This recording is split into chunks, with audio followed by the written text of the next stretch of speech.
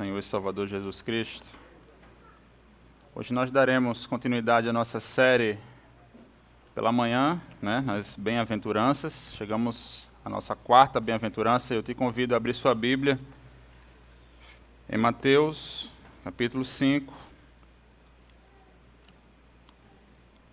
Embora nós vamos tratar hoje do verso 6, mas eu quero ler desde o verso 1. Mateus, capítulo 5, do verso 1 ao verso 6.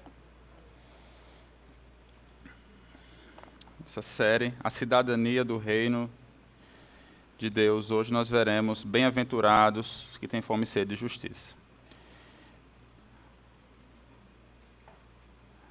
Todos acharam? Diz assim a palavra do Senhor.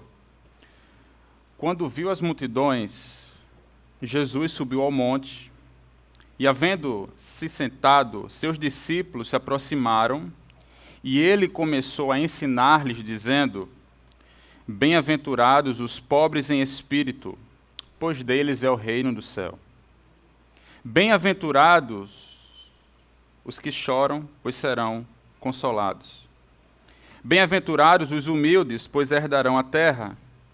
Bem-aventurados os que têm fome e sede de justiça, pois serão saciados. Vamos orar mais uma vez? Pai, nós te damos graças por teu maravilhoso amor que nos comprou. Nós estamos reunidos nessa manhã, única e exclusivamente, pelo sangue de Cristo Jesus, Pai, pelo túmulo vazio.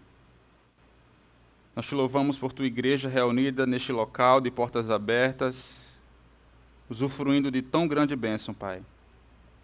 E agora que tua palavra foi lida, será exposta, nós te pedimos que nos abençoe nesta manhã, que o Senhor possa abrir nossos ouvidos para ouvirmos as verdades benditas, também que o Senhor possa romper nossa surdez nossa cegueira, de forma que nós possamos ver a beleza do teu evangelho. Essa é a minha oração, oro por mim e pelos meus irmãos, em nome de Jesus. Amém. Bem-aventurados os que têm fome e sede de justiça, pois serão saciados. Caminhando com a nossa série, meus irmãos, nós chegamos hoje à quarta bem-aventurança.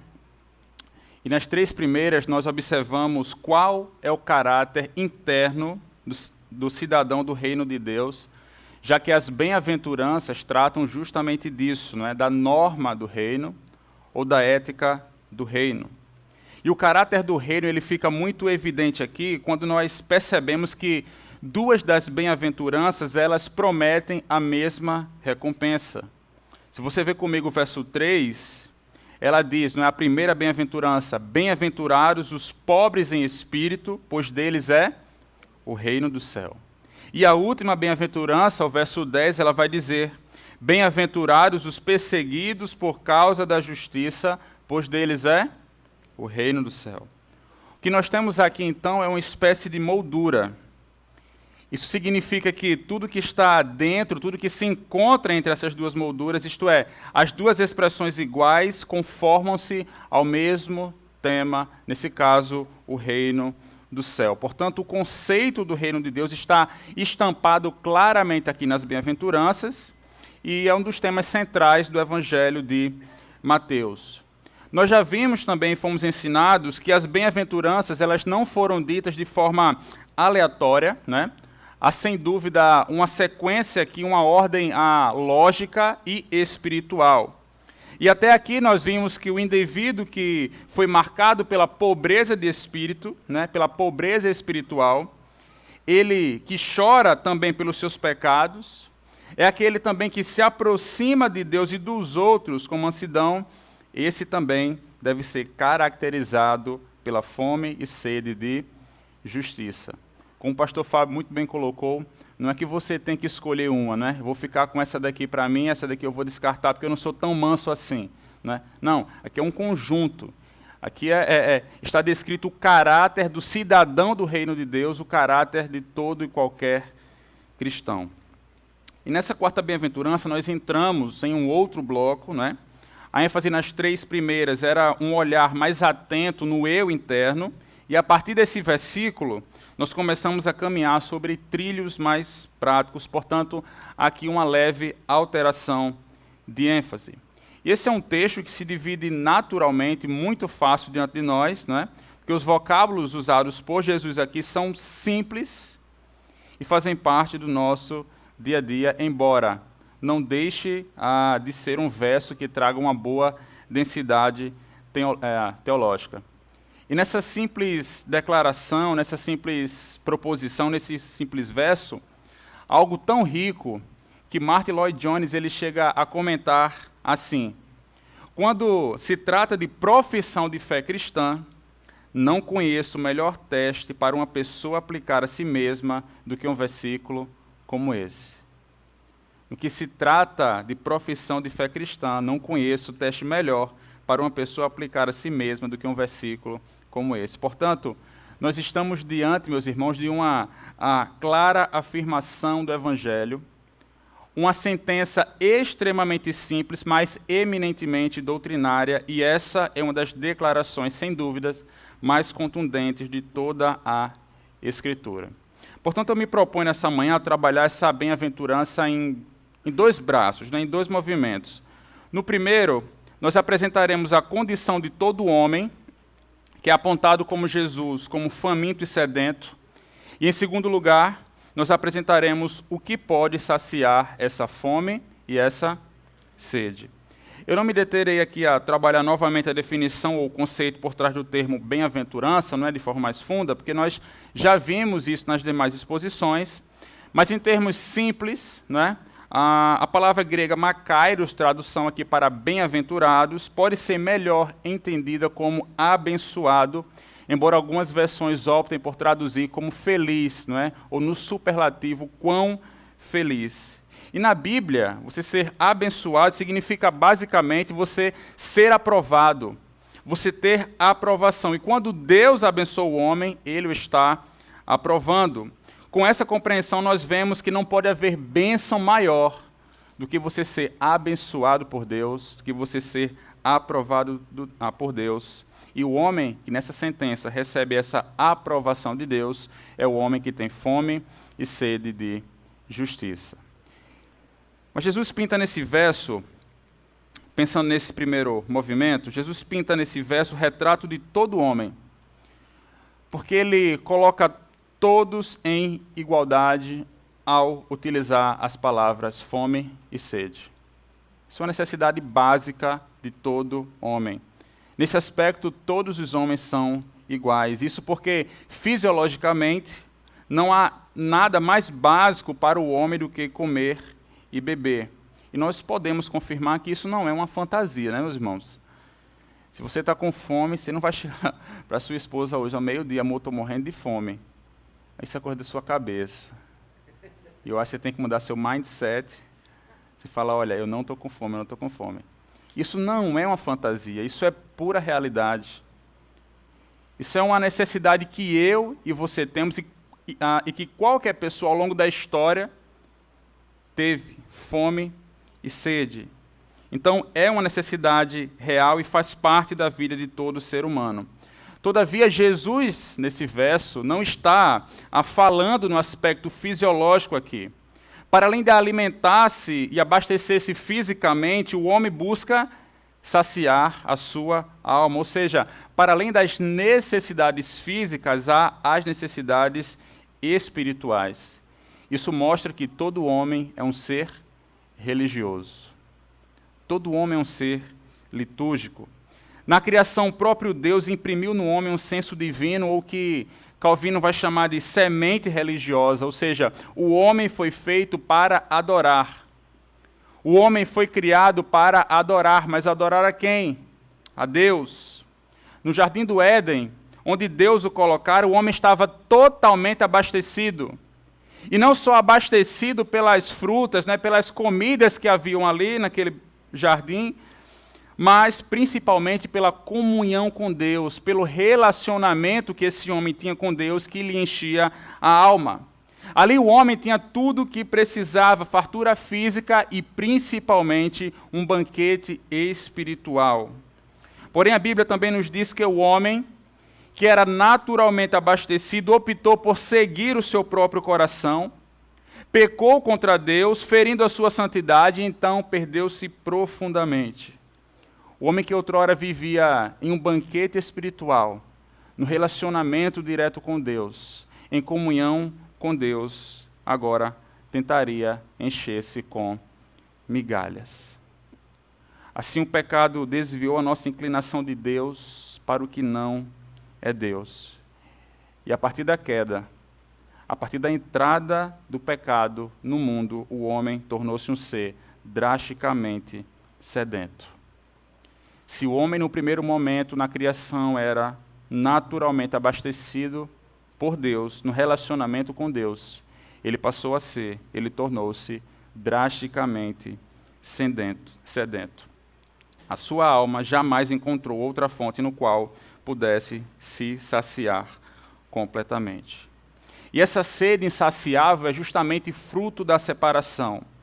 O homem encontra-se à parte de Deus ou separado de Deus, e nessa condição, os homens buscam preencher o vazio que há dentro de si de diversas maneiras. Por exemplo, com dinheiro.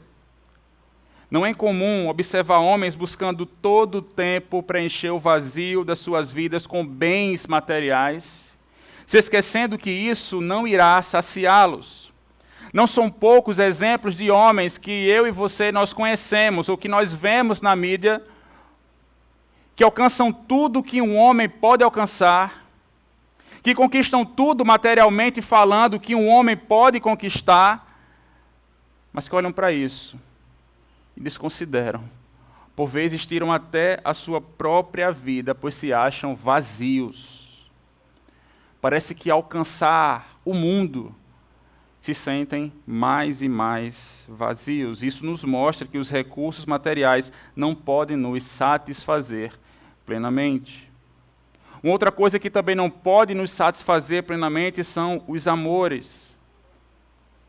Não são poucas as vezes que o amor, que o casamento, que o sexo são apresentados como fontes que irão saciar a alma. Muitas pessoas acreditam que se casarem, se arrumarem um casamento, terão tudo o que precisam, serão plenamente felizes e assim estarão satisfeitos. Se assim fosse, meus irmãos, pessoas não trocariam de cônjuges como quem troca de carro, ou não ficariam infelizes depois de uma noite de falsas alegrias. Isso também não pode nos satisfazer plenamente. Outras pessoas fazem do combustível da sua vida a fama, o poder, querem fazer seu nome conhecido a qualquer custo, independente do que precisem fazer para alcançar isso, E quando alcançam, quando chegam lá, percebem também que não há satisfação plena nessas coisas. Não há nada errado, basicamente, no dinheiro, no amor ou no poder. O problema está no lugar em que essas coisas tomam em nosso coração. Claro que outras coisas poderiam ser pontuadas aqui, mas acredito que essas três áreas abrangem diversos outros motivos. Mas o fato é que não adianta se encher com nada nessa vida, pois nada nessa vida tem a prerrogativa em si mesma para nos satisfazer plenamente. Essas coisas jamais irão tomar o lugar em nossas vidas que só Deus pode preencher. Na verdade, nada terreno irá. Alguém que coloca isso de forma magistral, ao meu ver, é Agostinho de Hipona, quando ele diz: fizeste-nos para ti, e o nosso coração permanecerá inquieto enquanto não repousar em ti. É o que Jonas Madureira vai chamar de miserável homem-flecha. Nós somos como flechas, com um só alvo, mas ao pecar, o homem não acertou outro alvo. Ao pecar, o homem não acertou outro alvo. Ele errou o único alvo que estava disponível. É isso que a queda representa. Uma mudança fatal no direcionamento do nosso coração. Quão miserável é o homem que continua faminto e sedento, pois não consegue se encher e satisfazer a sua maior necessidade. E suposto a imagem que nós contemplamos aqui é de que todo homem tem fome e sede, tanto no aspecto físico, mas principalmente no aspecto espiritual. Mas a palavra que está em nosso verso nos diz que bem-aventurados, né? Ou abençoados, são os que têm fome e sede. Se nós acabamos de ver o caráter do homem natural, que é um miserável por permanecer faminto e sedento, por que a Escritura nos diz que há alguns homens que são abençoados por isso? A razão de alguns homens serem abençoados, bem-aventurados por ter fome e sede, é porque têm fome e sede de justiça.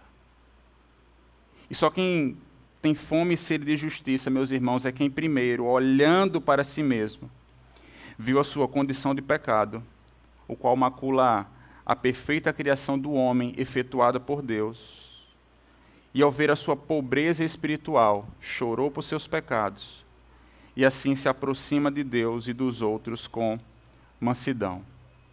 Isso tudo deve ser caracterizado pela fome e sede de justiça. E aqui é uma antítese, né? Se o mundo tenta preencher o vazio do seu coração com qualquer outra coisa que não seja Deus, o cidadão do reino de Deus tem fome e sede de justiça. O cidadão do reino de Deus é aquele que procura encher-se do próprio Deus. O homem não regenerado busca satisfação em qualquer outra coisa terrena. O homem regenerado tem fome e sede de justiça. Mas qual o caráter dessa justiça?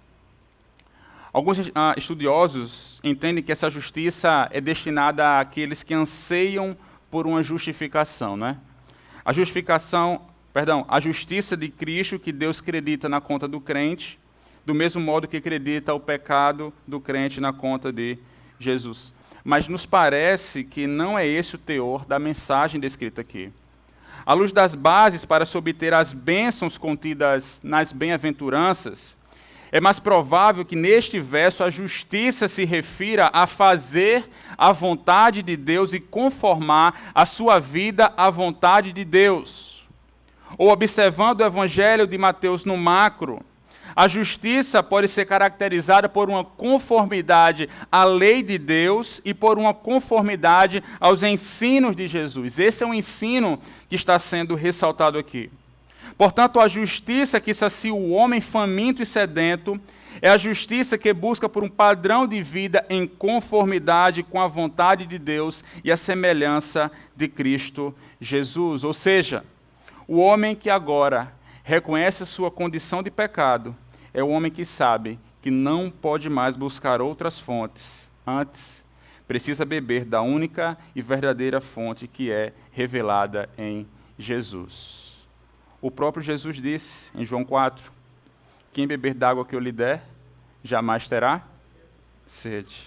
Ou em João 6, após multiplicar os pães e os peixes, ele diz, eu sou o pão da vida. Quem vem a mim jamais terá fome, e quem crê em mim jamais terá sede. Portanto, só busca a justiça o indivíduo que primeiro recebeu o pão e a água da vida. O que nós vemos estampado nesses versos de João é que o homem só estará apto, habilitado a ansiar pela justiça quando encontrar-se primeiro com Jesus. Assim, embora tenhamos mostrado a condição do homem natural em seu pecado no primeiro momento, esse verso não é um tratado ético para o ímpio, mas virtudes de um salvo em Cristo Jesus. Portanto, a fome e a sede de justiça são os anseios dos redimidos. Mas o que isso deve causar em mim e o que isso deve causar em você? Mais uma vez eu quero subir nos ombros do Martin Lloyd Jones, porque ele é o cirúrgico ao pontuar que o homem que tem fome e sede de justiça é o homem que deseja ver-se redimido de todo o desejo de pecar. não apenas em atos externos, mas também desde o seu próprio íntimo. Em outras palavras, tal indivíduo anela por aquela libertação do que poderíamos chamar de poluição do pecado. O pecado é algo que polui a própria essência de nosso ser e de nossa natureza. E ele finaliza dizendo: crente é aquele que deseja ver-se liberto de todas essas coisas. Portanto, ter fome e sede de justiça significa que temos consciência de nossa mais profunda necessidade. E a nossa maior necessidade, meus irmãos, é o abandono diário do pecado e a conformação à vontade de Deus dia após dia. Isso é que o homem regenerado deve ansiar o próprio Deus. Esse não é um sentimento passageiro ou algum desejo efêmero. Deve ser algo constante. Lembre-se do profeta Oséias e de como ele declarou que a nação de Israel, por assim dizer, vivia sempre buscando arrependimento somente para cair de novo em pecado. Logo, a justiça de Israel, não é, afirmou o profeta, é como a nuvem da manhã, aparece por um instante, mas logo desaparece. O caminho reto que Oséias indicou é descrito pelas palavras, nas palavras deles em Oséias 6:3. Conheçamos e prossigamos em conhecer o Senhor. Com isso, nos certificamos que fome e sede não são sensações passageiras, é um anseio que permanece. Não é apenas se ver livre do pecado, mas também se conformar dia após dia à vontade de Deus. Outras ilustrações poderiam ser levantadas aqui, nós poderíamos falar outras coisas a respeito disso, mas o salmista sintetizou isso muito bem, perfeitamente na sentença, não é? No Salmo 42, verso 1. Ele diz: assim como a corça anseia pelas águas correntes, também minha alma anseia por ti, ó Deus. O anseio pelo próprio Deus devem ser reais em nossa própria vida. Esse é o ponto levantado pelo profeta Oséias, bem como o salmista, ter fome e sede do próprio Deus. Mas o problema, meus irmãos, é que muitos hoje em dia têm buscado outras coisas, achando que têm buscado a Deus. Muitos têm buscado bênçãos, né? Muitos têm buscado felicidade verdadeira. Muitos ainda têm buscado pregadores que dizem o que seus ouvidos querem ouvir. Eles têm fome de uma experiência espiritual. Eles têm sede de uma percepção de Deus, mas estão como um barco de papel à deriva num mar de religiosidade vazia, pois não têm sede de Deus. O nosso prazer deve estar na palavra de Deus, pois é nela que nós encontramos claramente a expressa vontade de Deus, a qual o homem que tem fome e sede dessa justiça deve se conformar. O ponto é que nós precisamos entender que Deus requer de nós, Deus quer que nós reconheçamos ardentemente o quanto nós necessitamos dele e nada mais. E só quem anseia pelo próprio Deus é quem primeiro olhou para dentro de si, viu que é um pobre, humilde no espírito, chorou pelos seus pecados, aproxima-se diante de Deus com mansidão. Mas há uma promessa nesse verso. A promessa que há nesse verso é de que serão fartos com justiça. Serão fartos com justiça, sem demora. O Senhor concede a essa pessoa faminta o desejo do coração dela. Se o que ela mais quer é justiça, a justiça de Deus, se conformar à imagem de Deus, se o que ela mais quer é ter um relacionamento com Deus, é isso que o próprio Pai dá para ela. Nessa vida, aqueles que buscam a justiça de Deus ou a vontade de Deus serão saciados. Hoje, nós já somos saciados em partes através do relacionamento que temos com o próprio Deus em Cristo Jesus. Porém, também se trata de um processo contínuo. Essa promessa terá um cumprimento cabal e absoluto na eternidade. Ou seja, embora haja, como nós vimos, um sentido em que somos satisfeitos com Jesus e com tudo que Ele provê, em outro sentido, ainda continuamos famintos e sedentos.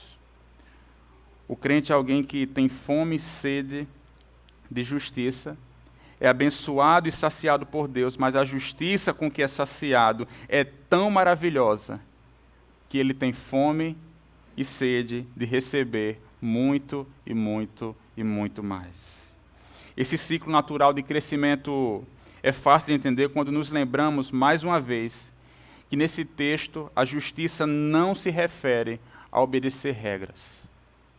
Nesse texto a justiça não se refere a um conjunto de normas, mas à conformidade com toda a vontade de Deus. Quanto mais se busca conformidade com a vontade de Deus, mais atraente essa meta se torna para nós e maiores são os avanços em sua direção.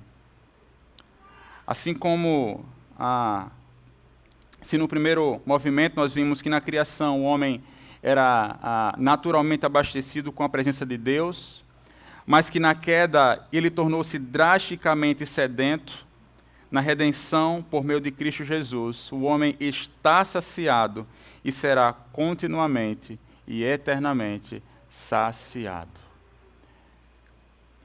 A pergunta que nos cabe, então, é: como podemos saber se realmente nós temos fome e sede de justiça? Como nós podemos saber? Essa é uma questão essencial, meus irmãos, e que deve ser feita aqui. E eu proponho algumas reflexões. Em primeiro lugar, reconheça o quanto é falsa a sua e a minha justiça própria. Reconheça o quanto é falsa a nossa própria justiça. O homem que tem fome e sede de justiça é aquele que sabe o que significa dizer juntamente com Paulo. Porque eu sei que em mim, isto é, na minha carne, não habita bem algum. Nós não sentiremos fome e sede de justiça enquanto houver qualquer senso de autossatisfação referente a qualquer coisa que exista em nós, ou como diz a própria Escritura, até as nossas melhores obras são como trapos de imundícia. Até a melhor coisa que eu e você podemos fazer são como nada. Não há em nós uma justiça própria. Portanto, não há nada em nós, não há nada que possamos conquistar, que possa produzir essa justiça própria e, consequentemente, nos aproximar de Deus. Lloyd Jones, mais uma vez, prometo que será a última, ele comenta sobre essa questão ao dizer: ter essa fome e sede de justiça, entretanto, também significa que temos profunda consciência de que precisamos ser libertados, de que precisamos do Salvador, de que percebemos a nossa desesperadora situação e de que temos consciência de que, a menos que nos sejam providos um Salvador e a salvação, na verdade, estaremos inteiramente destituídos de esperança. É preciso reconhecer e dizer, como disse o salmista, no Salmo 63, verso 1. Ó Deus, Tu és o meu Deus, eu te busco ansiosamente. A minha alma tem sede de Ti. Meu ser anseia por Ti em uma terra seca e exaurida, ou como uma terra seca e exaurida, onde não há água. Esse é o primeiro passo. Esse é o primeiro ponto. Reconhecer-se assim, ou reconhece assim, aquele que primeiro for humilde de espírito. Aquele que primeiro vai olhar para dentro de si e vai reconhecer que não há nada em si mesmo que possa aproximar-se de Deus e que possa gerar uma justiça. Em segundo lugar, busque a justiça do alto.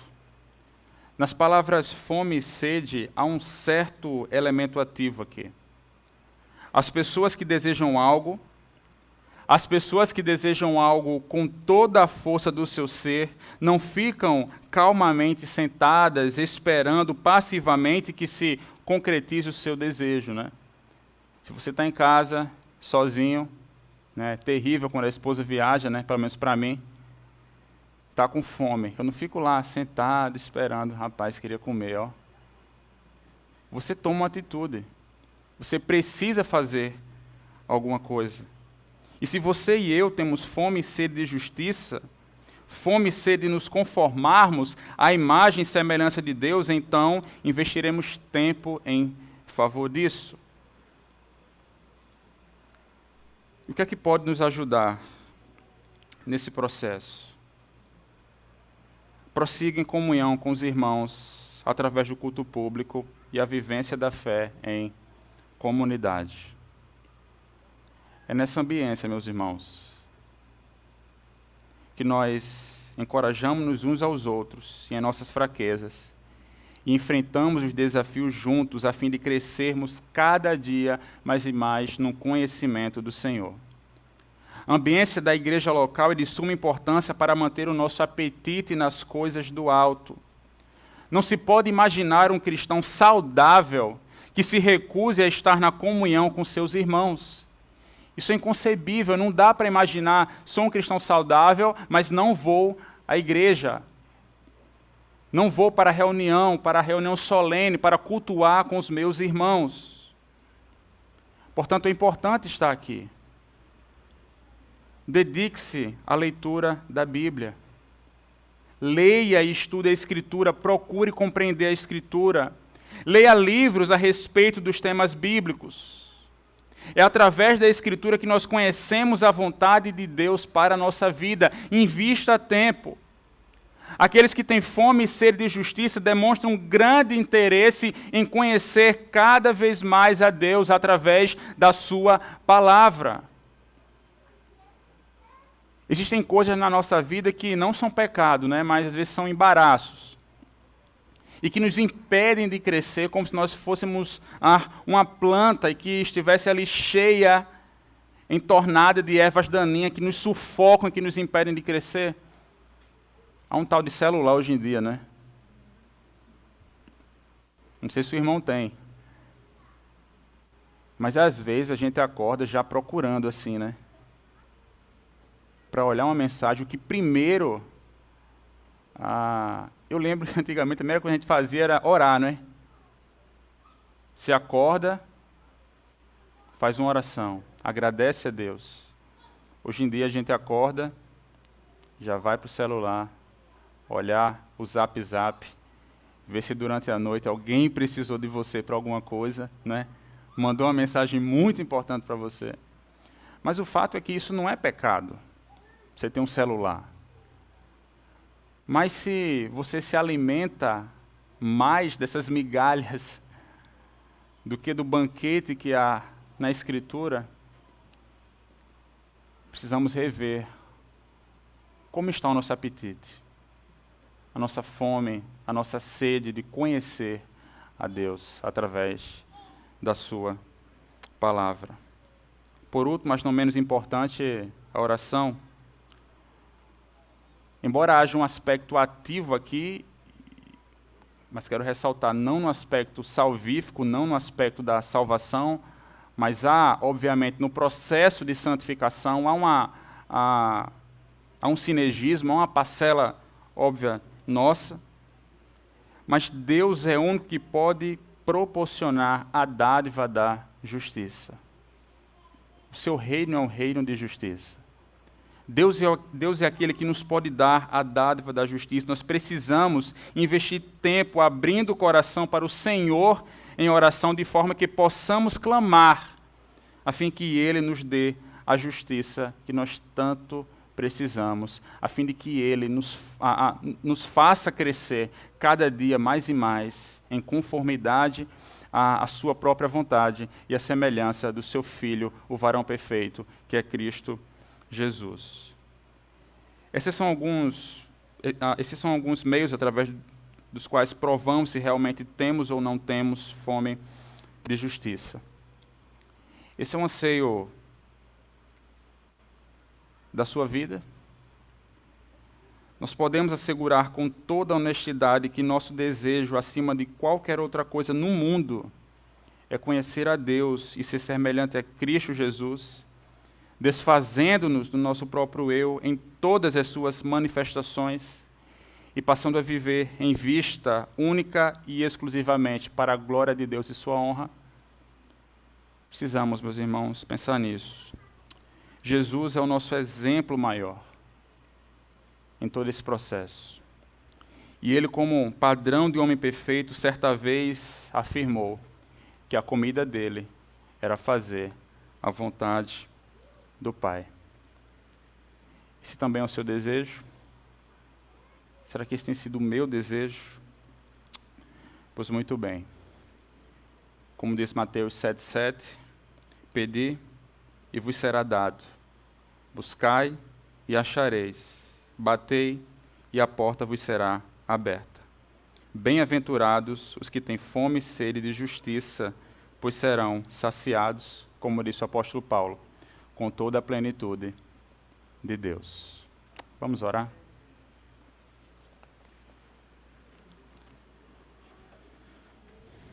Te damos graças, Senhor, por Tua palavra, Pai. Porque nessa manhã nós fomos encorajados a buscar o Senhor, a rever como está o nosso apetite em conhecer ao Senhor, em crescer em conformidade com a Tua vontade, Pai, a semelhança de Cristo Jesus. Nós te pedimos que o Senhor nos dê aquilo que nós mais queremos, mais precisamos, que é o Senhor, Pai. Nós vimos que não há nada nessa vida que possa nos encher completamente. Ó Pai, que essa verdade possa estar na nossa mente, mas também no nosso coração, Pai, espraiando na vida prática, de forma que nós possamos te buscar através da Tua palavra, dobrar nossos joelhos diante do Senhor em humildade, Pai, sabendo que é o Senhor quem nos dá a justiça. Louvado seja o Teu santo nome por Tua igreja, Pai, que tem investido em pregar a Tua palavra, Pai, em pregar o Teu evangelho. Que esse alimento, Pai, que nos satisfaz hoje, possa continuar nos satisfazendo, até o dia em que nós estaremos com o Senhor e veremos o Senhor face a face. Nós te louvamos por Tua palavra e por Cristo. E é no nome dele que nós oramos. Amém.